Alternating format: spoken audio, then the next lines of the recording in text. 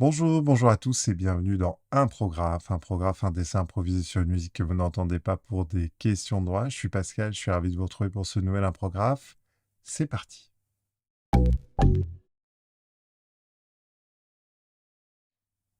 Alors, aujourd'hui dans les oreilles, un morceau qui s'intitule Diamond Desert, extrait de l'album Burn Out of Cosmic Radiations. Désolé pour mon anglais catastrophique, de l'artiste toulousain Nama Dabou. Voilà, alors je me suis pas trompé, je me suis bien entraîné parce que j'avais de la pression, parce que c'est quelqu'un que je connais personnellement, qui m'est très proche. Et je dois dire qu'à chaque fois que je parle avec lui et que je lui demande où en est ses projets musicaux, j'essaye toujours d'éviter de prononcer le nom d'artiste qu'il a parce que j'ai beaucoup de mal. Étant donné que je suis dyslexique, j'ai toujours tendance à inverser à peu près toutes les lettres du, du nom de cet artiste. Donc voilà. Donc écoutez, bah, je suis ravi de dessiner dessus parce que tout simplement, c'est son premier album qu'il lance sur Bandcamp. Voilà, ça fait plusieurs années qu'il s'essaye à la musique synthwave. Et qu'il a progressé, qu'il a appris, parce que moi, quand j'ai connu, il était plus dans le style des Doors, donc il est vraiment passé des années 70 aux années 80.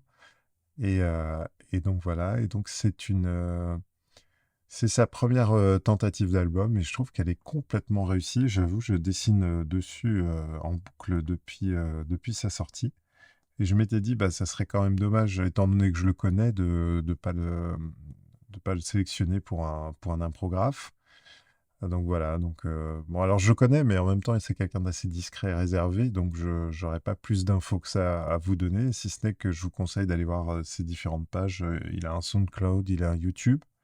Vous pourrez aller écouter un peu son travail, euh, je dirais le panel, parce que comme je vous l'ai dit au début, il a plusieurs styles musicaux à son actif.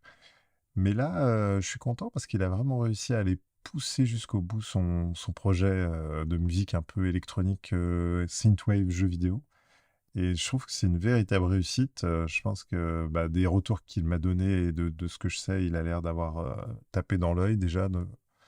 Donc c'est possible qu'on le retrouve dans des productions, que vous le croisiez dans la prochaine fois dans des œuvres vidéoludiques, c'est possible. En tout cas, il a un beau succès. Je vois que sur Bandcamp, il est mis en avant, donc je suis content pour lui.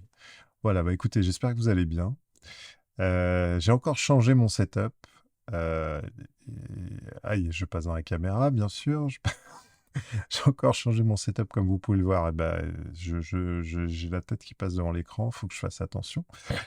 J'espère que le son sera bon. C'est un test parce que j'ai dû modifier pas mal de trucs. Il se trouve qu'en ce moment, j'ai beaucoup de bruit extérieur qui arrive dans le micro.